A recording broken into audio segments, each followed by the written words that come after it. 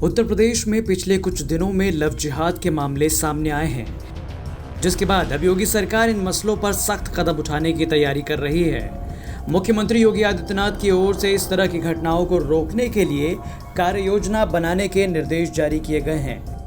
बता दें कि हाल ही में मेरठ, कानपुर और लखीमपुर खीरी में लड़कियों को प्रेम जाल में फंसाकर धोखाधड़ी के कई मामले सामने आए थे। इसके अलावा मेरठ और लखीमपुर में तो लड़कियों की हत्या भी कर दी गई थी। कानपुर में हाल ही में अंतर धार्मिक विवाह का मामला सामने आया था। 5 परिवारों की ओर से प्रेम प्रसंग के मामलों में लव जिहाद का आरोप लगाया गया था।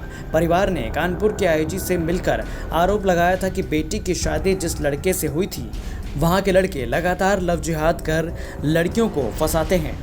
कानपुर के अलावा मेरठ में भी एक ऐसा ही मामला सामने आया था, जहां पर 2 साल से एक छात्रा को प्रेम में फंसाकर ब्लैकमेल किया जा रहा था। पुलिस ने यहां पर आरोपी को गिरफ्तार भी किया था, जिसके बाद पीड़ित पक्ष की ओर से लव जिहाद का आरोप लगाया गया और इसी एंगल से जांच करने की अपील की गई।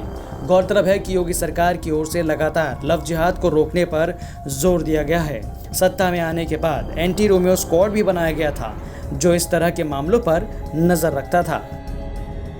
हाल के दिनों में उत्तर प्रदेश के अलग अलग इलाकों से आ रहे कथित लव जिहाद मामले को देखते हुए मुख्यमंत्री योगी आदित्यनाथ ने आदेश दिए हैं कि जल्द से जल्द लव जिहाद रोकने के लिए कार्य योजना तैयार की जाए, क्योंकि पिछले कुछ दिनों में अचानक से इस कथित लव जिहाद की कई घटनाएं सामने आ गईं।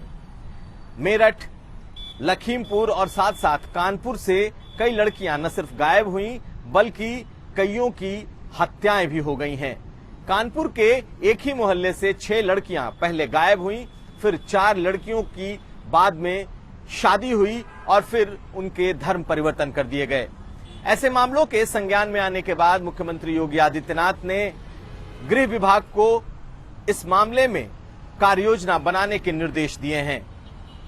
इन मामलों को देखते हुए सरकार भी जल्द से जल्द एक नई रूपरेखा लेकर सामने आ सकती है कि ऐसे मामलों से कैसे सरकार निपटेगी, क्योंकि कई मामलों में सरकार की किरकिरी भी हो रही है, कुछ मामलों में लड़कियों की हत्याएं भी हुई हैं।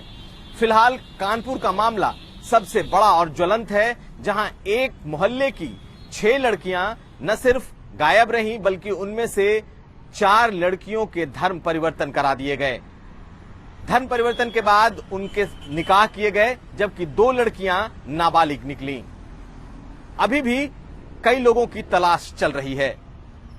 कानपुर के आईजी ने इस मामले में एक एसआईटी का गठन किया है और इस मामले की जांच चल रही है। ऐसे कई मामले पूरे प्रदेश से आए हैं और इसे देखते हुए मुख्यमंत्री योगी आदित्यनाथ ने इस पर एक कार्य योजना लाकर सामने रखने की बात कही है। अब देखना है कि ये कार्य योजना क्या होती है, क्योंकि इसमें कथित लव जिहाद का नाम दिया गया है।